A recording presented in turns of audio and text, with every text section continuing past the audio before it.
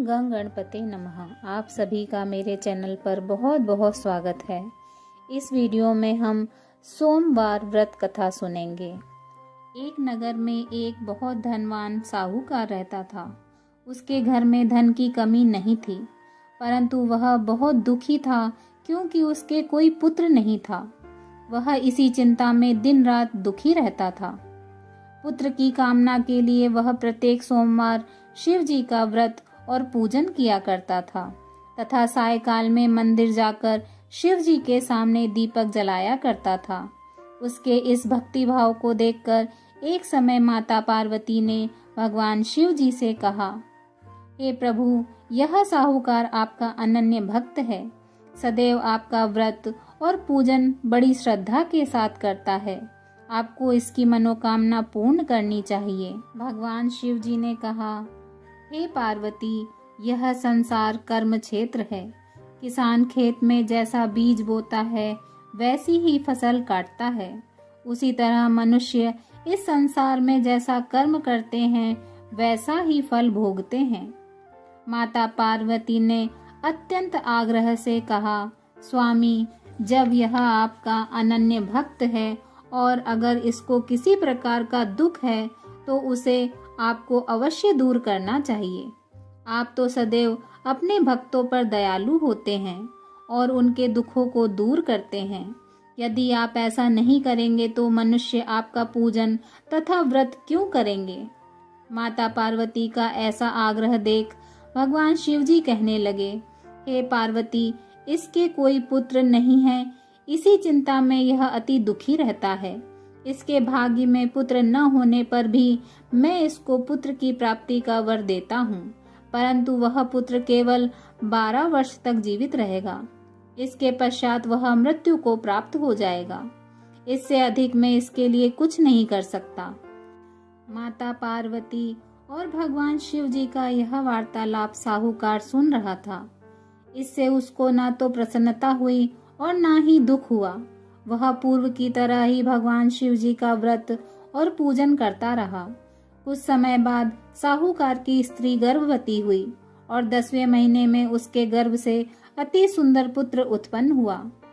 साहूकार के घर में बहुत खुशियां मनाई गई, परंतु साहूकार तो यह जानता था कि उसकी केवल 12 वर्ष की आयु है, इसलिए उसने अधिक प्रसन्नता प्रकट नहीं की और न ही किसी को यह भेद ही बताया।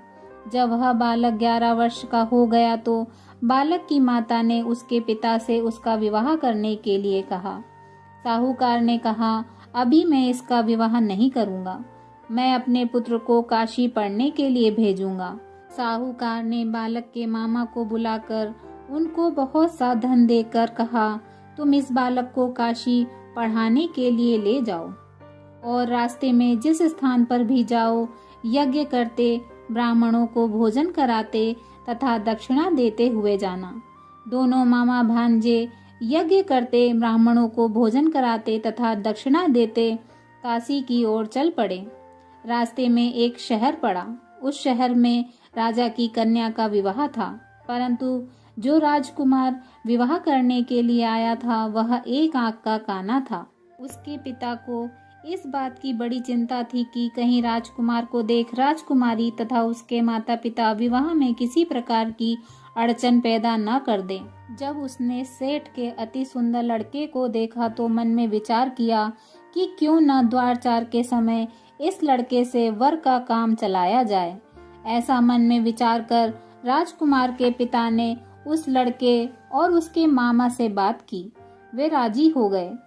फिर उस साहूकार के लड़के को वर के कपड़े पहनाकर तथा घोड़ी पर बैठाकर कन्या के द्वार पर ले गए। सभी कार्य प्रसन्नता से पूर्ण हो गया। राजकुमार के पिता ने सोचा कि यदि विवाह कार्य भी इसी लड़के से करा लिया जाए तो क्या बुराई है। ऐसा विचार कर लड़के और उसके मामा से कहा, यदि आप फेरों और कन्यादान के काम को भी करा दें तो आपकी बड़ी कृपा होगी।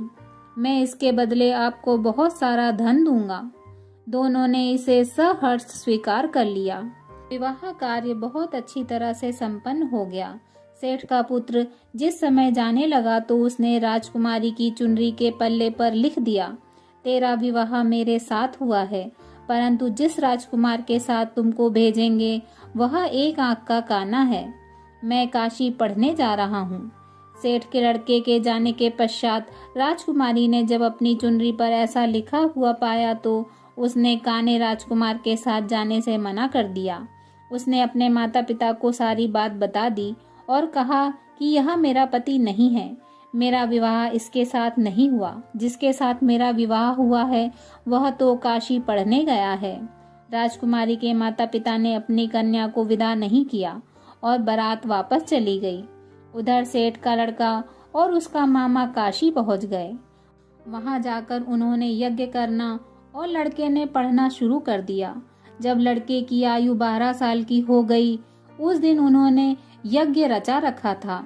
लड़के ने अपने मामा से कहा, मामा जी आज मेरी तबीयत कुछ ठीक नहीं है। मामा ने कहा, अंदर जाकर सो जाओ। लड़का अंदर जाकर सो गया और थोड़ी देर में उसके प्राण निकल गए। जब उसके मामा ने आकर देखा कि उसका भांजा मृत पड़ा है तो उसको बहुत दुख हुआ। उसने सोचा कि अगर मैं अभी से रोना पीटना मचा दूंगा तो यज्ञ का कार्य अधूरा रह जाएगा। अतः उसने जल्दी से यज्ञ का कार्य समाप्त करवाकर ब्राह्मणों के जाने के बाद रोना पीटना शुरू कर दिया। संयोगवश उसी समय भगवान शिव जी और माता पार्वती उधर से जा रहे थे। जब उन्होंने जोर जोर से रोने की आवाज सुनी तो माता पार्वती जी कहने लगी, स्वामी कोई दुखिया रो रहा है, इसके कष्ट दूर कीजिए।